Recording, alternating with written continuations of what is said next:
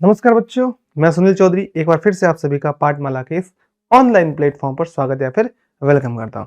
बच्चों, हम लोग जो हमारी आरबीएससी का भी जो नया कोर्स आया है, ठीक है, उसमें क्लास 5th की जो इंग्लिश है, कक्षा 5 की जो इंग्लिश है, वो हम लोग समझ रहे थे और आज हमें जो चौथा लेसन वो स्टार्ट कर रहे हैं। अब तक हमने 3 लेसन बहुत अच्छे तरीके से पूरे कर लिए, ठीक है। तो 4th लेसन का नाम आपको दिख रहा है, join hands to right the wrong, ठीक है।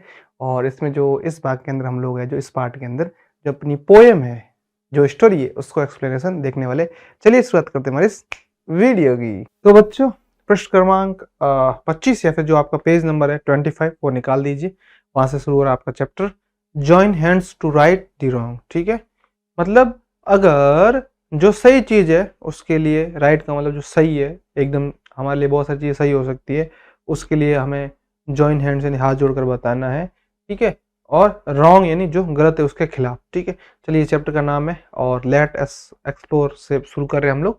उससे पहले आपको एक पिक्चर दिख रही होगी और पिक्चर से आप क्या समझ पा रहे हैं इस चैप्टर के बारे में, थोड़ा थोड़ा आपको आइडिया लग जाएगा। हालांकि पोयम यानी कविता है, फिर भी आप एक बार पिक्चर देख लीजिए, ठीक है। अब हम जो इसको समझते हैं, देखिए। Isu went with her elder sister Seema. Isu अपनी बड़ी बहन, एल्डर जब आ जाए, एल्डर का मतलब होता है जो अपने से, या तो भाई है तो भाई बड़ा हो सकता है, सिस्टर है तो सिस्टर बड़ी हो सकती है। ईसु है जो अपनी सिस्टर के साथ में जा रहा है, और सिस्टर का नाम भी हमें यहाँ से पता चला, सीमा।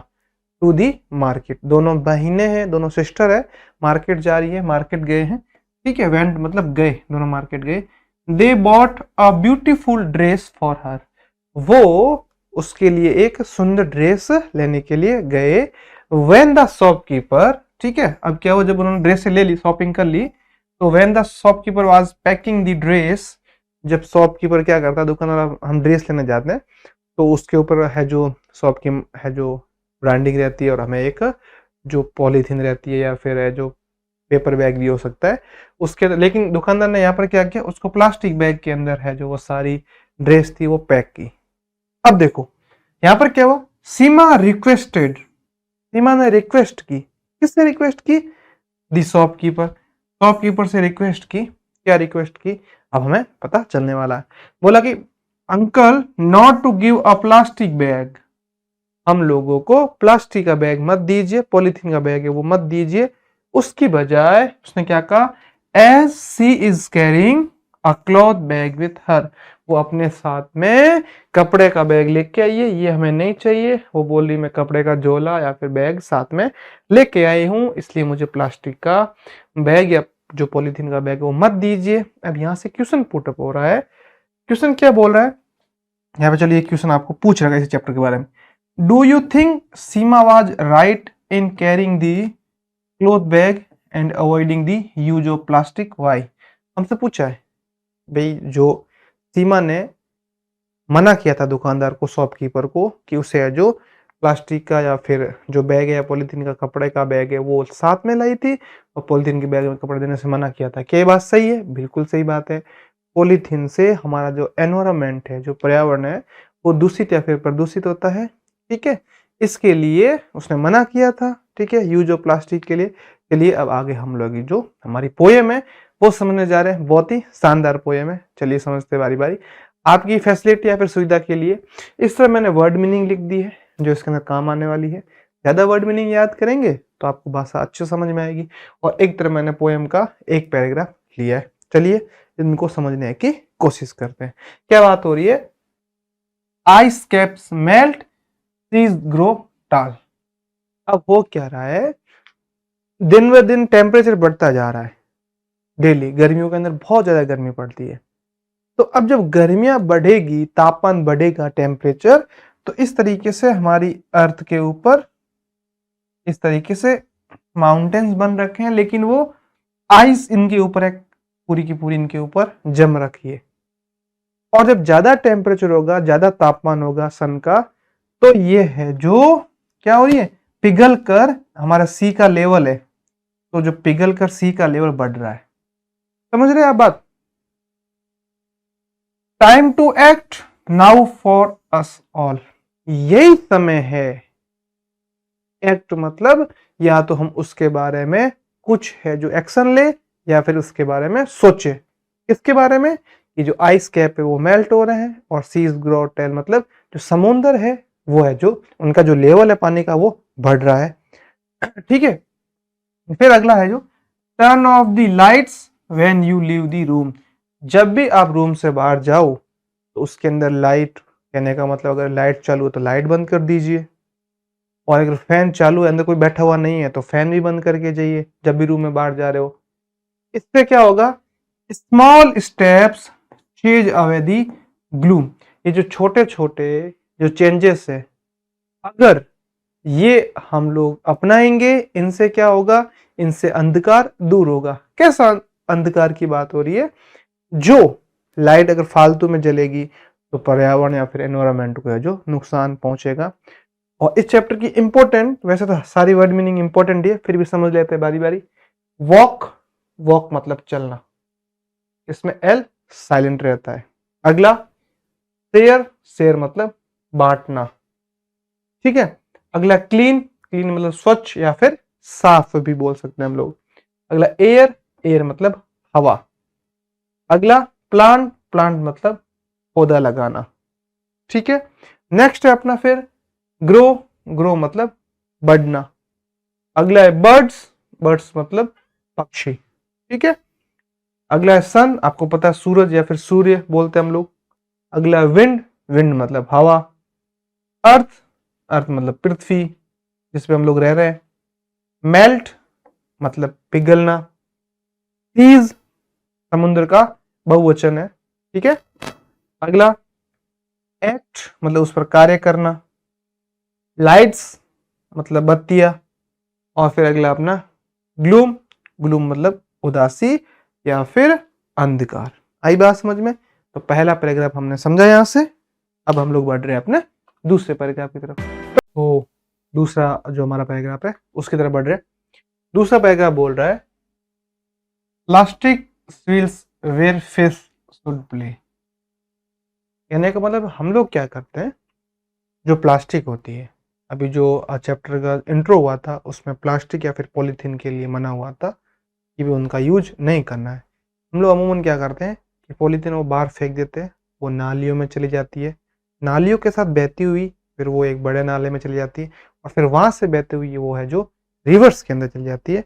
और रिवर्स के अंदर जो भी उस एक्वेरियम या फिर एक्वा जो एनिमल्स रहते हैं, जैसे फिश है, क्रोकोडाइल है, आपको पता है जो पानी के अंदर रहने वाले हैं।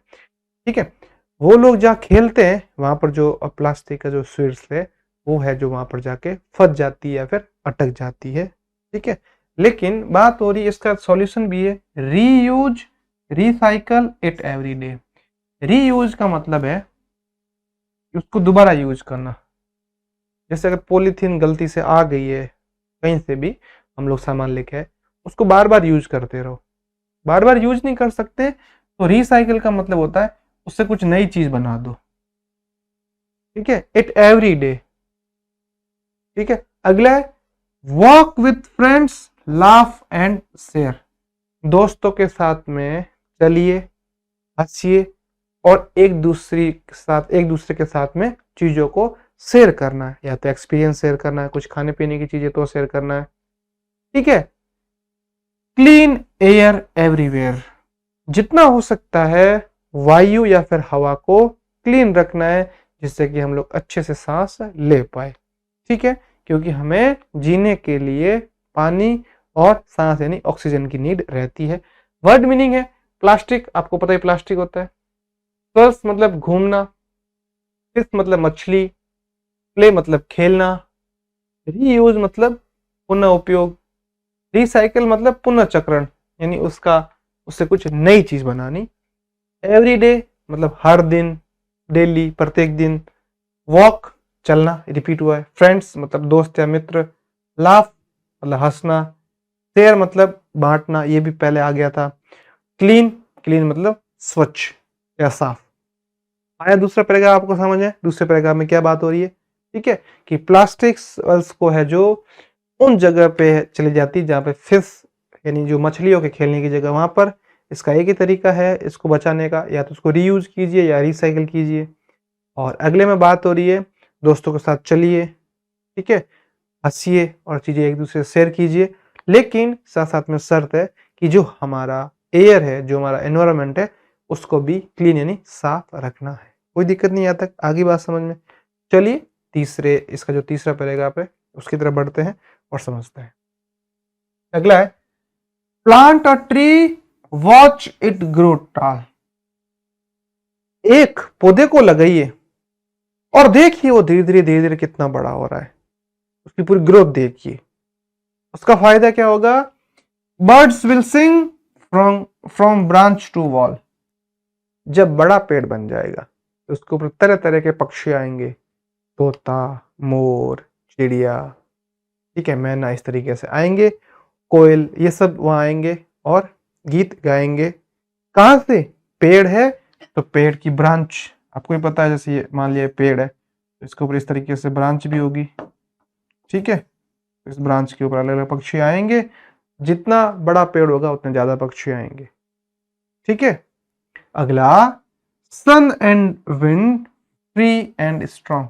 ध्यान रखना है, सन एंड विंड की बात हो रही कि हवा और जितना तापमान अच्छा आएगा, खुला वातावरण होगा, उतना ही है जो अच्छा रहेगा। स्ट्रॉन्ग का मतलब समझो, स्ट्रॉन्ग का मतलब ये है कि अगर हम लोग अच्छी तरीके से या फिर आसानी से सांस ले पा रहे, वहां पे वायु या फिर जो इन्वायरमेंट वो स्ट्रॉन्ग है। वीक का मतलब उसके साथ में प्रदूषण से कुछ कण मिक्स हो गए, हमें सांस लेने में यानी दम घुटने जैसा लगता है, ठीक है। जब हम कमरे के अंदर बंद हो जाते हैं ना, ऑक्सीजन कम मिलता है तो दम घुटने जैसा लगता है, या फिर सर्दियों में कंबल ओढ़ ली मुंह के ऊपर तब भी ऐसा होता है।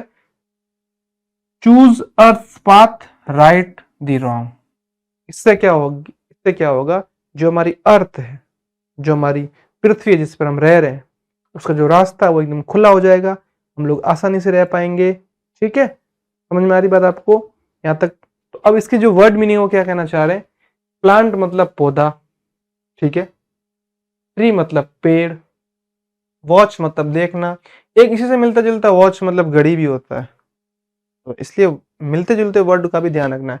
ग्रो मतलब बढ़ना, टाल मतलब ऊंचा, बर्ड्स मतलब पक्षी, सिंग मतलब गाना, ब्रांच मतलब शाखा, वॉल मतलब दीवार, विंड मतलब हवा, अर्थ मतलब पृथ्वी, रॉन्ग मतलब गलत। आई बात समझ में आपको? एक टॉल यानी लंबा या बड़ा पेड़ लगाना है जिसपे पक्षी आएंगे, गाना गाएंगे, ठीक है। और सूर्य और हवा को खुला, स्वच्छ और साफ रखना, मजबूत रखना है। इससे जो अर्थ का जो पाथ है, जो रास्ता है, वो भी है जो हमें हमें इस तरीके से चूज करना है, राइट दी रॉन्ग, यानी सही चीजें करनी है और रॉन्ग को नहीं करनी है। हमारी बात समझ यहाँ तक? ठीक है, ठीक है। अगला पैराग्राफ समझते हैं। Futures bright if we all try. हमारा फ्यूचर तभी ब्राइट होगा, ब्राइट मतलब सुनहरा। आपका फ्यूचर ब्राइट कब होगा? जब आप अच्छे से पढ़ाई करेंगे, आपको अच्छे मार्क्स मिलेंगे, आप अच्छी चीज सीखेंगे, तो आपका फ्यूचर ब्राइट होगा, सुनहरा, ठीक है। Save the land, the sea, the sky. Land को सेव कैसे करना? लोग क्या करते हैं, जमीन के ऊपर है जो पॉलीथीन जगह जगह डाल देते हैं तो जमीन बंजर हो जाती है। या फिर लोग क्या करते हैं, जहाँ पे जंगल यानी फॉरेस्ट है, उन पेड़ों को काट काट के उन जमीन को, जो वहाँ की जो लैंड, जो भूमि है, उसको है जो दूसरी चीजों में यूज लेने लगते हैं, प्रदूषण फैला देते हैं। सी मतलब समुद्र को भी हमें है जो अच्छी तरीके से सेव करना है। उसके अंदर कचरा यानी जो वाटर वेस्ट होता है, पॉलीथीन है, केमिकल है, उनसे उसको बचाना है। द स्काई, द स्काई का मतलब क्या है? हम लोग क्या करते हैं, कई बार पॉलीथीन को जलाते हैं, ऐसी चीज जलाते हैं जिससे हमारा जो एनवायरमेंट है, जो वायुमंडल है, उसके अंदर जहरीली गैसें मिल जाती है जो हमारे लिए सही नहीं है। Hand in hand we will sing this song. Hand in hand का मतलब एक दूसरे से हाथ मिलाकर यूनिटी के साथ में, यानी मैं अकेला अगर सफाई कर रहा हूँ बाकी सब नहीं कर रहे तो भी मतलब नहीं है। सब लोग मिल बांट के अगर इन चीजों पर ध्यान देंगे, ये सबके लिए चैप्टर है, तो ही है जो इम्प्रूवमेंट होगा, ठीक है। Start today where you belong. और इस काम को आज से शुरू करना है, और जहां से आप बिलोंग करते हैं, गांव से बिलोंग करते हैं तो गांव से, शहर से, जहां से बिलोंग करते हैं वहीं से शुरू कीजिए, आज ही शुरू कीजिए। जहां जहां से है वहां से शुरू कीजिए, जैसे है वैसे शुरू कीजिए। इन सब चीजों का ध्यान रखना है। अब बात हो रही फ्यूचर मतलब भविष्य, जो आने वाला टाइम है। ब्राइट मतलब उज्जवल, ठीक है।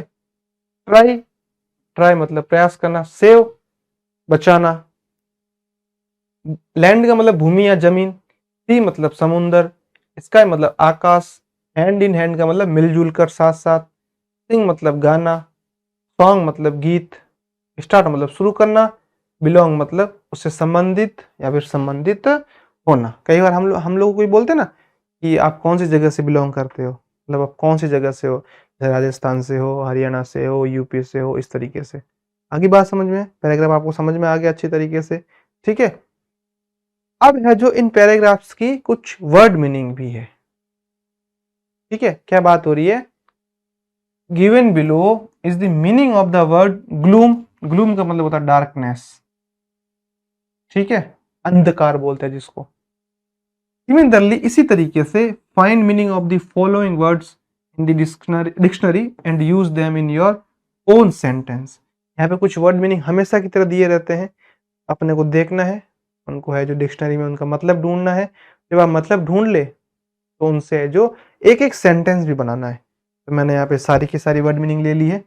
पहली है हमारी रिसाइकिल। रिसाइकिल हमने समझा था क्या होता है, रिसाइकिल का मतलब पुनर्चक्रण, दोबारा उससे नई चीज बनानी। तो उससे ऊपर एक स्वर्ल रह गया, स्वर्ल वर्ब है। स्वर्ल का मतलब to move in a circular और ट्विस्ट। हम लोग क्या करते हैं, जैसे बाउंडर आता है इस तरीके से गोल गोल गोल गोल, या फिर दूध के अंदर चम्मच स्पून से कुछ मिक्स करते हैं ऐसे गोल गोल घुमाकर इस तरीके से, ठीक है। Sentence, swirl the spoon in the water. Water के अंदर पानी की जो गिलास है या फिर पानी के अंदर स्पून को ऐसे स्वर्ल कीजिए।